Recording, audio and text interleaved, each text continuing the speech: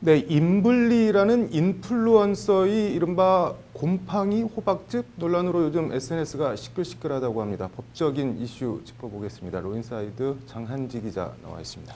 장 기자, 인블리? 인플루언서? 이게 다 무슨 말인가요? 네, 먼저 인플루언서는 네. 영향력을 뜻하는 인플루언스에 사람을 뜻하는 영어 전미사 이 알이 붙은 신조어입니다. 네. 영향력 있는 사람이라는 뜻인데요. 네. 정확하게는 인스타그램이나 페이스북 같은 SNS에서 적게는 수만 명에서 많게는 수십만 명 이상의 팔로워나 구독자를 보유하고 있는 영향력이 큰 SNS 유명 인사를 지칭합니다. 네. 그리고 인블리는 올해 32살인 임지연 씨의 SNS 아이디라고 생각하시면 될 것 같습니다. 네. 근데 뭐 이 인블리, 이 아이디, 이 네티즌이 왜 이렇게 논란이 되고 있다는 건가요? 네, 인플루언서들의 영향력이 커지면서 네. 이들이 쓰는 옷을 따라 입거나 아니면 쓰는 제품을 따라 쓰거나 하는 일종의 추종과 모방이 SNS에서 이루어지고 있는데요. 네. 이런 추종과 모방 심리를 이용해서 자신들이 입는 옷이나 먹는 제품, 쓰는 제품 등을 파는 이른바 SNS 쇼핑도 덩달아 유행과 추세가 되고 있습니다. 네.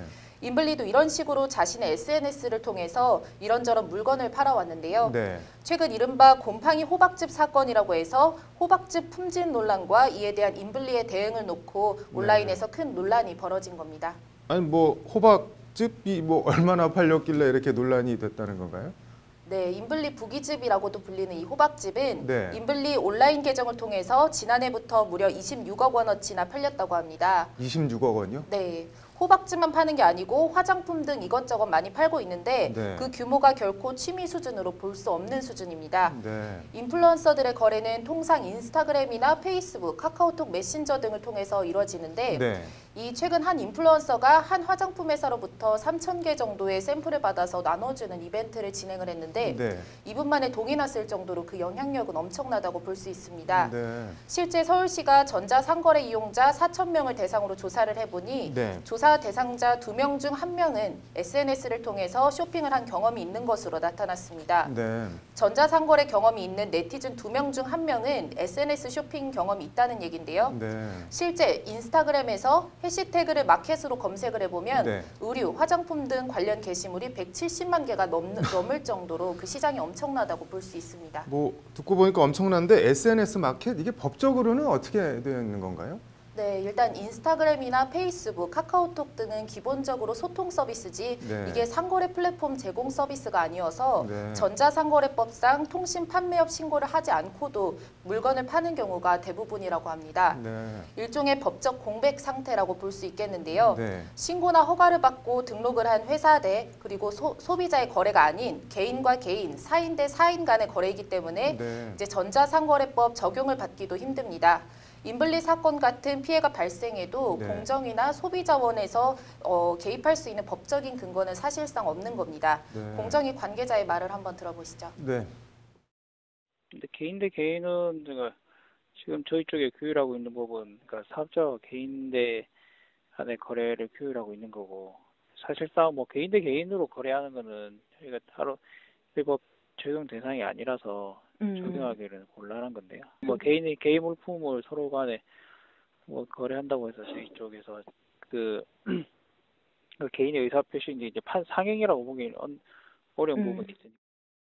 네, 그래서 이른바 인블리 사건도 그렇고 네. 청담업리 치유 사건도 그렇고 SNS 마켓으로 인해 사회적 이슈가 되는 사례들을 심심치 않게 볼 수 있습니다. 네. 실제 서울시 조사 결과에 따르면 네. SNS 쇼핑 이용자 10명 중 3명꼴로 피해를 입은 것으로 나타났습니다. 네. 최근 3년간 피해는 계속 늘고 있는데요. 그 사유로는 교환이나 환불 거부, 입금 후 연락 두절 등이 가장 빈번했습니다. 이거 뭐 그러면 어떻게 해야 되는 건가요?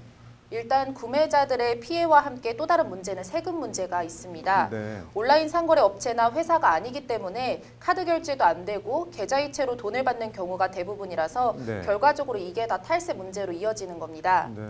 이와 관련 국세청 관계자는 법률방송과의 통화에서 SNS 개인 마켓의 경우 실태 파악 자체가 어렵다면서 신용카드로 결제하면 거래에 대한 사후 모니터링이 가능하지만 계좌이체의 경우 모니터링이 어렵다고 난감함을 토로했습니다. 네. 관련해서 이상호 세무사의 말을 들어보시죠. 네.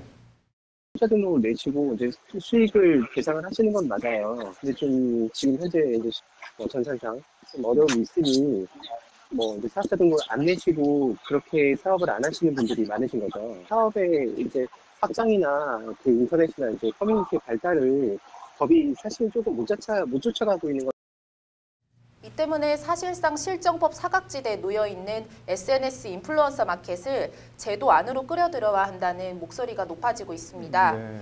일단 개인 대 개인의 모든 거래를 놓고 이제 사업자 등록을 하라고 할 수는 없지만 네. 최소한 일정 규모 이상의 판매가 정기적으로 이루어지는 경우 모니터링을 통해서 사업자 등록을 강제하도록 해야 한다는 말이 나오고 있고요. 네.